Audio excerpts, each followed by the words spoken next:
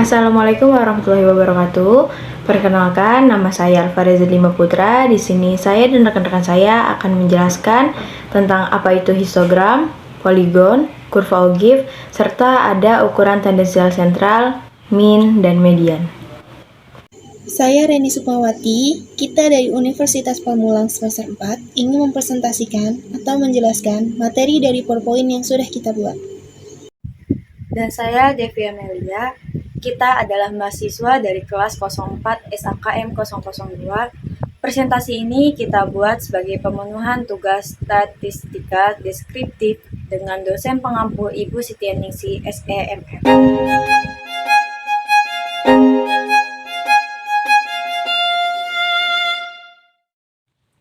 Yang pertama, apa itu histogram? Histogram adalah grafik seperti diagram batang, tetapi menggambarkan distribusi frekuensi berkelompok dengan menggunakan tepi-tepi kelasnya. Langkah-langkah membuat histogram adalah: yang pertama, buatlah kolom tambahan dari distribusi frekuensi berupa tepi bawah kelas serta pada tepi atas kelas untuk setiap kelas. Yang kedua, biarkan frekuensi sesuai kelasnya, sehingga Anda tinggal membuat diagram batangnya. Itulah yang dikenal dengan histogram. Kemudian ada poligon. Poligon adalah garis yang dibentuk dari frekuensi 0 melewati titik tengah nilai dan kembali ke frekuensi 0. Langkah-langkah membuat poligon: yang pertama, buatlah kolom tambahan dari distribusi frekuensi berupa tepi bawah kelas maupun untuk tepi atas kelas pada setiap kelasnya. Yang kedua, biarkan frekuensi sesuai kelasnya, sehingga Anda tinggal membuat diagram batangnya, yang mana kita kenal dengan histogram. Yang ketiga, tambahkan kolom nilai untuk nilai tengah. Yang keempat, hubungkan tiap nilai tengah sesuai frekuensi dimulai dari 0 frekuensi sebelah kiri ke titik tengah hingga ke kanan, dan teruskan ke 0 frekuensi. Selanjutnya ada kurva ogive. Ogive sering disebut juga sebagai grafik frekuensi meningkat. Ogive dibagi menjadi dua, yaitu ada ogive positif dan juga ogive negatif. Pada ogive positif menggunakan batas atas kelas dan frekuensi kumulatif kurang dari, sedangkan pada ogive negatif menggunakan batas bawah kelas dan frekuensi kumulatif lebih dari. Pertama, kita akan membahas histogram, poligon, dan kurva ogive. Setelah kita mengetahui pengertian dari histogram, di sini saya akan menjelaskan contoh membuat histogram. Buatlah histogram dari tabel distribusi frekuensi yang menerangkan nilai dan frekuensi pada slide ini. Pada tabel tersebut diketahui nilai dan frekuensi yang akan kita buat histogram. Pada tahap pertama, kita membuat tabel pembantu untuk nantinya kita jadikan dasar pembuatan histogram dengan menambahkan tabel distribusi yang sudah diketahui dengan nilai tepi bawah dan nilai tepi atas. Dan cara menentukan tepi atas dan tepi bawah menggunakan rumus batas bawah dikurang 0,5 dan tepi atas itu dengan batas bawah ditambah 0,5.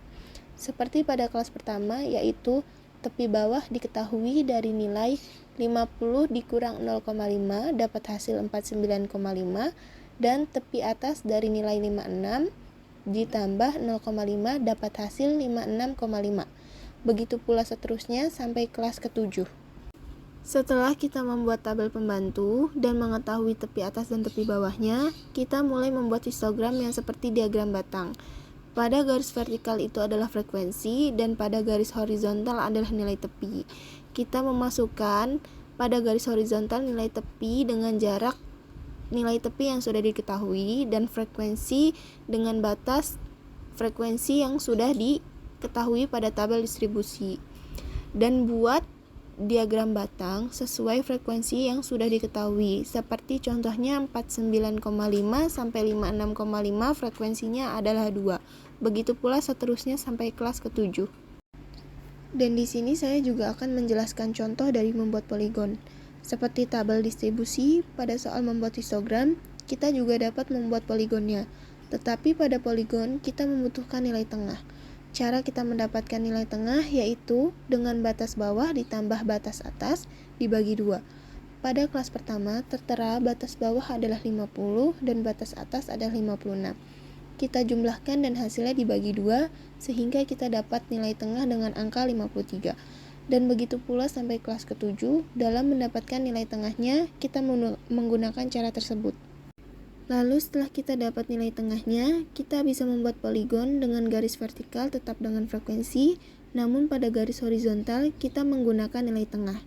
Tentukan garis titik-titik untuk membuat garis poligon, seperti kelas pertama yaitu 53 dengan frekuensi 2, kelas 2 dengan nilai 60 di frekuensi 3, dan seterusnya. Lalu kita hubungkan sehingga mendapat garis poligonnya. Langkah-langkah membuat ogive.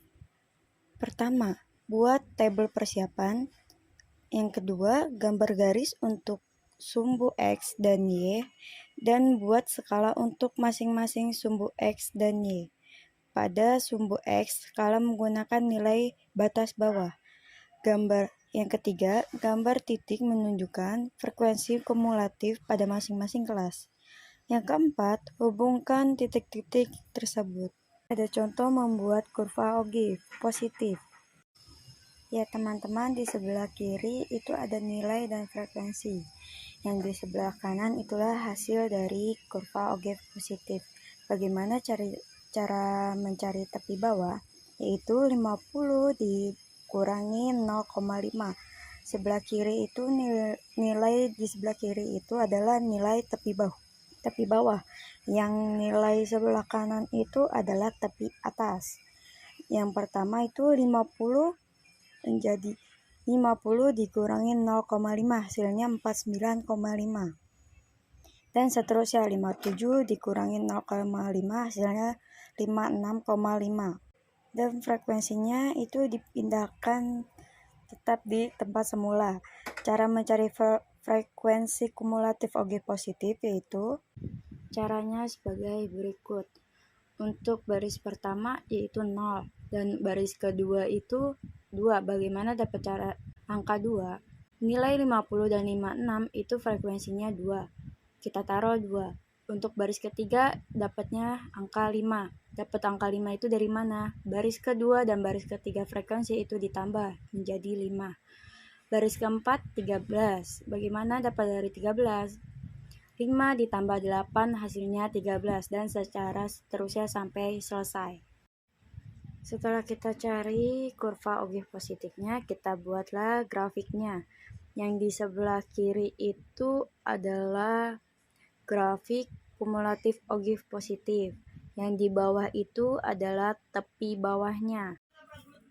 Kita taruhlah tepi bawahnya itu 49,5, 56,5, dan seterusnya sampai kelas ke-7. Selanjutnya contoh membuat kurva ogive negatif. Yang sebelah kiri itu adalah nilai dan frekuensinya. Yang sebelah kanan itu hasil dari kurva ogive negatif. Bagaimana cara mencarinya? Oke, sekarang kita hitung nilainya dulu. 50 nilai tepi bawah. 56 adalah nilai tepi atas. Kita cari dulu nilai tepi bawahnya. Nilai tepi bawahnya 50 dikurangi 0,5 hasilnya 49,5. Frekuensinya kita pindahkan tetap dengan frekuensi seperti awal. Cara mencari frekuensi kumulatif ogive negatifnya. Ya, untuk mencari caranya itu adalah berbanding kebalik dari kurva ogive positif. Yang nolnya di atas, sekarang negatifnya adalah nolnya di bawah. Selanjutnya kita membuat grafik kurva ogive negatif, yang dimana kurva ogive negatif itu kita mulai dari atas, berarti garisnya itu dari atas ke bawah. Kalau yang positif itu dari bawah ke atas. Selanjutnya kita akan membahas ukuran tendensial sentral min. Untuk materi selanjutnya ada ukuran tendensial sentral min. Ukuran pemusatan data adalah suatu ukuran yang menetapkan suatu letak titik pada pemusatan, di mana ada kecenderungan dari variabel untuk mengarah ke titik tersebut. Artinya, suatu bilangan yang tunggal di mana dapat mewakili dari kelompok data tersebut.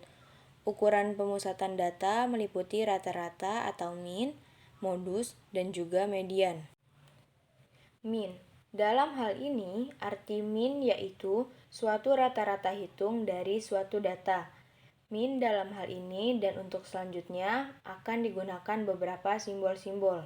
Untuk simbol N biasanya dipakai dalam menyatakan suatu ukuran dalam sampel, yaitu banyaknya data yang akan diteliti, yang kemudian dijadikan sampel.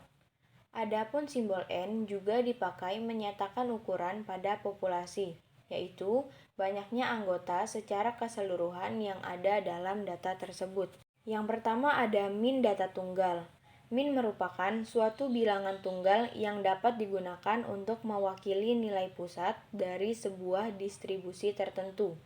Beberapa orang lebih akrab dengan istilah rata-rata dibanding rata-rata hitung. Rata-rata merupakan hasil bagi dari sejumlah nilai dengan banyaknya responden atau sampel. Jika sebaran nilai berdistribusi normal, maka rata-rata nilai merupakan nilai tengah dari distribusi frekuensi nilai tersebut. Lalu selanjutnya, secara matematis, rata-rata data tunggal dapat dirumuskan menjadi sebagai berikut. X sama dengan notasi sigma XI dibagi N, di mana X menerangkan min, notasi sigma XI adalah jumlah data, dan N yaitu banyak data. Dapat disimulasikan mencari min data tunggal, yaitu didapat hasil dari pengukuran data tinggi badan 10 mahasiswa tersebut adalah sebagai berikut. 172, 167, 180, 160, 175, 170, 169, 170, 165, dan 173 dalam satuan cm. Penyelesaiannya yaitu, berdasarkan data yang diperoleh, maka min dapat dihitung dengan menggunakan rumus rata-rata sebagai berikut. X sama dengan notasi sigma XI dibagi N, yaitu di mana notasi sigma I adalah jumlah data yang tertera seperti 172, 167 itu dijumlahkan semua dan dibagi banyak data atau N sebanyak 10 mahasiswa. Sehingga dapat dihasilkan 17001 dibagi 10, yang dimana kita dapat hasil min dari data tunggal tersebut adalah 170,1 cm. Min data kelompok. Untuk rata-rata kelompok, berbeda dengan rata-rata tunggal dalam rumus, tetapi sama dalam pengertian penyelesaiannya. Dalam hal ini, data kelompok berkaitan dengan data distribusi frekuensi yang sudah dipelajari di sebelumnya. Data kelompok biasanya data yang lebih banyak atau N lebih dari 30, sehingga akan menjadi lama dalam penyelesaiannya dengan rumus data tunggal. Lalu selanjutnya, secara matematis, rata-rata data tunggal dapat dirumuskan menjadi sebagai berikut. X sama dengan notasi sigma XI dibagi N, di mana X menerangkan min, notasi sigma XI adalah jumlah data, dan N yaitu banyak data. Simulasi mencari mean data kelompok. Berapakah mean dari data berat badan mahasiswa berikut ini? Oke, sebelah kiri kita itu ada berat badan mahasiswa dan jumlah karyawan frekuensi. Berat badan mahasiswa itu 30-39, berarti lengkapnya itu sekitaran ada 10. Jadi 30, 30, 31, 32, 33, 34, 35, 36, 37, 38, 39 itu adalah 10 lengkap. Nah, kita pindah ke tabel sebelah kanan kita. Ada berat badan mahasiswa, jumlah karyawan atau FI. Selanjutnya itu ada nilai tengah atau XI. Selanjutnya itu frekuensi dikali nilai tengah atau FI kali XI. Yuk kita mulai cara menghitungnya. Bagaimana kita mencari nilai tengahnya? Cara mencari nilai tengahnya itu adalah kita lihat berat badan mahasiswa dulu. 30 ditambah 39 sama dengan dibagi 2, hasilnya 34,5. Dan seterusnya 40 ditambah 49 sama dengan dibagi 2, hasilnya 44,5. Selanjutnya kita pindah ke frekuensi nilai tengah.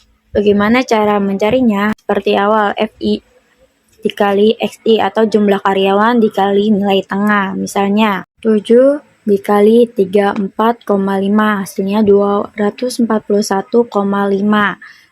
dan seterusnya. 8 dikali 44,5 356 dan seterusnya sampai selesai.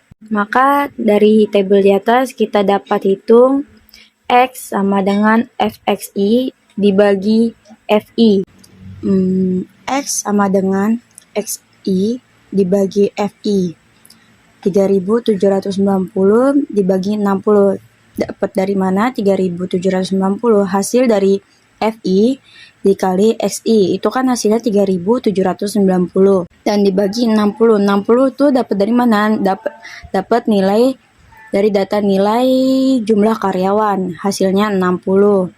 Nah, 3790 dibagi 60 hasilnya 63,1. Maka rata-rata dari data di atas yaitu 63,1. Terakhir, kita akan membahas ukuran tendensial sentral median. Kemudian, ukuran tendensial sentral yang kedua ada median. Median adalah suatu nilai tengah dari banyaknya kumpulan data. Artinya, median sendiri bisa diartikan sebagai nilai yang membagi porsinya sedemikian rupa menjadi dua bagian, sehingga rangkaian tersebut nilainya bisa yang lebih kecil, bisa juga sama dengan nilai median. Kemudian, setengahnya tersebut pasti mempunyai nilai yang sama dengan, bisa juga nilainya lebih besar dibanding nilai median tersebut. Bisa disimpulkan bahwa nilai dari median adalah skor nilai yang membagi suatu distribusi frekuensi menjadi dua sama besar nilainya, sehingga 50% objek yang diteliti pasti berada pada bawah nilai median. Kemudian, sisanya adalah terletak di atas nilai median. Median data tunggal. Nilai dari median untuk data tunggal itu tidak tersusun. Langkah-langkah yang perlu dilakukan dalam menentukan median dari data tunggal adalah sebagai berikut. Yang pertama, susunlah data mentah dari sebuah array atau berurutan dari terkecil sampai terbesar. Yang kedua, kemudian menentukan letak median dengan menggunakan rumus, yaitu letak median sama dengan 1/2 dibagi N ditambah 1. Selanjutnya yaitu menentukan nilai median berdasarkan data yang sudah diurutkan. Dapat disimulasikan mencari median data tunggal.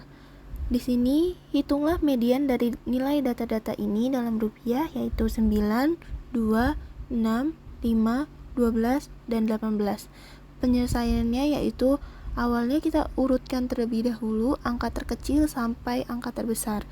Data sesudah diurutkan yaitu 2, 5, 6, 9, 12, dan 18. Lalu jumlah data yang diketahui atau N sama dengan adalah 6. Letak median kita mencari dengan setengah dikali N plus 1, yaitu setengah N-nya adalah 6 plus 1, sehingga dapat hasil 3,5. Median terletak pada data ketiga dan data keempat, karena hasil letak mediannya adalah 3,5, yaitu nilai median kita dapat menghitungnya dengan data ketiga ditambah data keempat lalu dibagi 2, sehingga dapat diperhitungkan dengan 6 ditambah 9 dibagi 2, sehingga kita dapat nilai mediannya yaitu 7,5. Median data kelompok. Nilai median untuk data kelompok yaitu dengan langkah yang dilakukan untuk mencari median data yang dikelompokkan. Pertama, tentukan letak median. Letak median ditentukan dengan rumus setengah dikali N. Lalu selanjutnya, tentukan letak kelompok kelas tempat median berada. Dan selanjutnya itu hitung median dengan rumus sebagai berikut. Mi sama dengan TBK ditambah setengah dikali N dikurang FK dibagi FM dikali CI, di mana Mi atau median adalah nilai tengah, N adalah jumlah dari frekuensi, FK adalah frekuensi kumulatif sebelum kelas median, FM adalah frekuensi kelas median, dan CI adalah interval. Simulasi mencari median data tunggal. Hitunglah nilai median dari data berikut ini. Kita lihat tabel sebelah kiri kita, di situ ada gaji karyawan dan jumlah karyawan. Di gaji karyawan itu ada nilai 30 sampai dengan 39. Dari 30 ke 39 itu adalah 10 nilai dan seterusnya. Gaji karyawan ada 4, 6, 8, 12, 9, 7, 4. Itu berarti ada 1, 2, 3, 4, 5, 6, 7. Ada 7 kelas gaji karyawan. Dengan jumlah 50. Ya, selanjutnya kita lihat ke tabel sebelah kanan kita. Di situ ada gaji karyawan, jumlah karyawan, tepi kelas bawah, frekuensi kumulatif kurang dari. Bagaimana kita cari tepi kelas bawah? Sebelumnya kita sudah belajar tepi kelas bawah, cara menghitungnya. 30 dikurangin 0,5.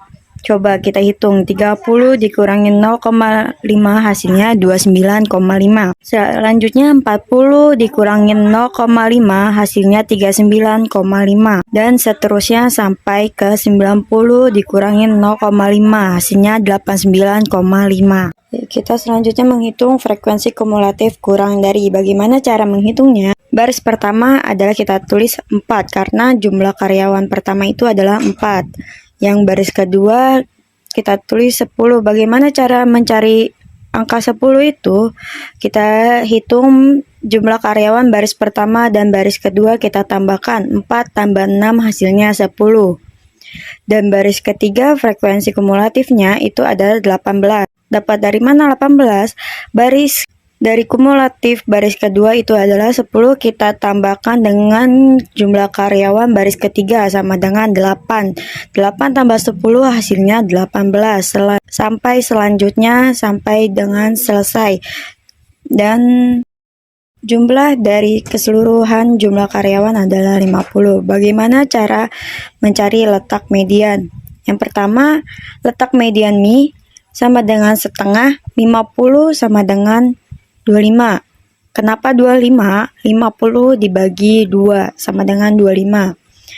Kemudian data ke-25 berada pada kelompok kelas keempat, yaitu 60 sampai 69 dengan nilai TBK-nya 59,5.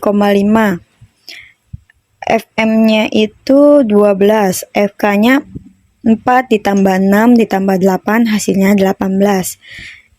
CI-nya sama dengan 10. Ya, kita cari dengan rumus TBK ditambah setengah N dikurangin FK dibagi FM dikali CI. Kita cari TBK-nya tadi 59,5 ditambah setengah 50 dikurangi 18. Setengah dari 50 itu adalah 25. Berarti 25 dikurangi 18 adalah 7. Berarti 59,5 ditambah 7 dikali 10 hasilnya 70. 59,5 ditambah 70 dibagi 12 hasilnya 5,8. Berarti 59,5 ditambah 5,8 hasilnya 65,3. Sekian penjelasan materi dari kita untuk histogram poligon dan kurva ogive, ukuran tendensial sentral, min dan median